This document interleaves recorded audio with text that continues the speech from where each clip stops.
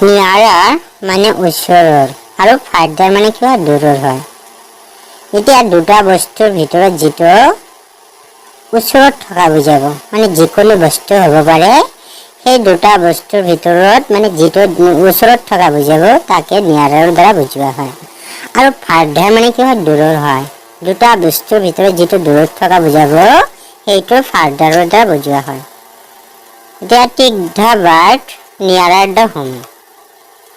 Bird মানে কি হয় চৰাই হয়, নিয়াৰে মানে ওচৰৰ হয়, তো হোম মানে ঘৰৰ ওচৰত থকা চৰাইটোক ৰাইজ চিহ্নিত দিয়া। দুটা চৰাইৰ ছবি দিয়া আছে। এই দুটা চৰাইৰ ভিতৰত যিটো ঘৰৰ ওচৰত হয় সেইটোত আমাক কি কৰিব লাগে ৰাইজ চিহ্নিত দিব লাগে। তাৰপিছতো take the cat farther from the tree.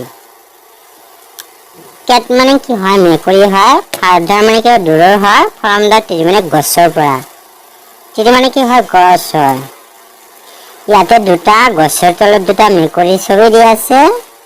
এই দুটা মেকুৰীৰ ভিতৰত গছৰ পৰা যিটো দূৰত হয় সেই দূৰত থকা মেকুৰীৰ ছবিটোত ৰাইজ চিহ্নিত দিব লাগে।